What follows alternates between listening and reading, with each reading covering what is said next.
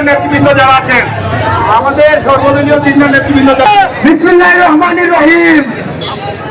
1971 সালে বাংলাদেশ লক্ষ শহীদের রক্তের বিনিময়ে স্বাধীন হয়েছিল ঠিকই, আমার পরাধীনতার শিকলে বন্দী হয়ে যায়। বিগত 15টা বছর কাকশকুনের মতো টুকরে টুকরে আমার সোনার বাংলাদেশকে শোষণের বাংলায় পরিণত করা হয়েছিল। আমি বন্ধুগণ, বাংলার ইতিহাস কখনো মিথ্যা কথা বলে না। বাংলার ইতিহাস বলে এদেশে যখনই ছাত্র আন্দোলন হয়েছে সেটি বিজয় না নিয়ে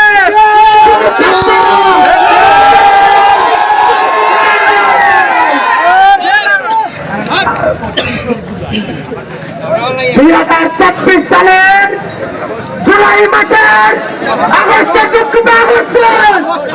5 তারিখে আমার দেশ স্বাধীন হলো। স্বাধীন বাংলার নাগরিক জানাবো, আমার এই সোনার বাংলায় আর কোনদিনও যাতে এই সমস্ত কাকশকুনের ছাড়া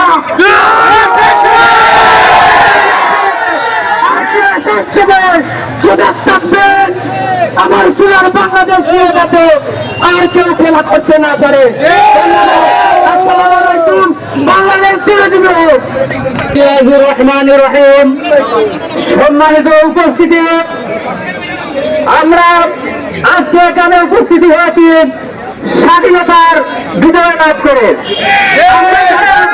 এখানে 90% মানুষ আছে যারা 1971-এর স্বাধীনতা দেখেন নাই, কিন্তু আমরা 2024-এর স্বাধীনতা দেখেছি।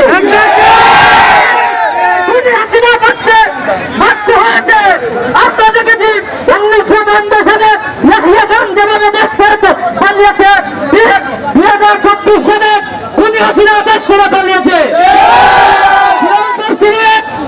আমরা যারা স্বাধীনতা বিজয় অর্জন করেছি, আমাদের বাড়িতে একটা সঙ্গ ছিল, যারা শহীদ হয়েছেন তারা বলেছেন তাদের কাছে শহীদের জানাজা না হয়, যতক্ষণ পর্যন্ত দেশ স্বাধীন হয়েছে ততক্ষণ পর্যন্ত তাদের জানাজা না হয়।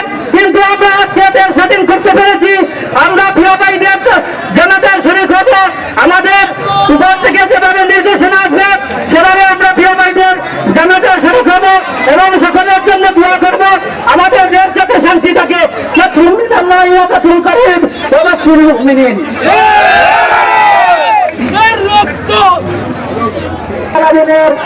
প্রার্থনা করে আমাদের আজকের এই মুহূর্তের শেষ হবে। আমাদের আজকের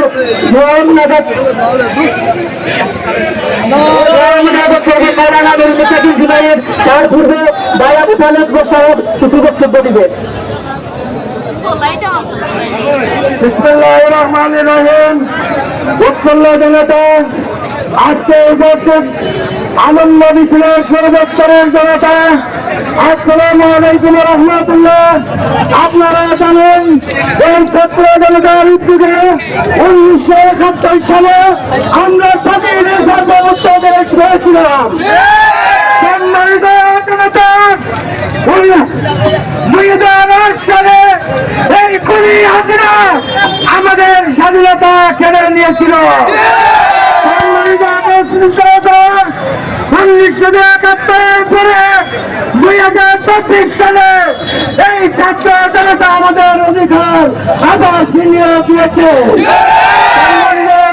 জনতা, আপনারা সবাইকে আমি ধন্যবাদ জানিয়ে জামাত ইসলামের পক্ষ থেকে আপনাদেরকে ধন্যবাদ জানিয়ে আজকের মতো এখানে বিদায় নিলাম। আসসালামু আলাইকুম রহমতুল্লাহ।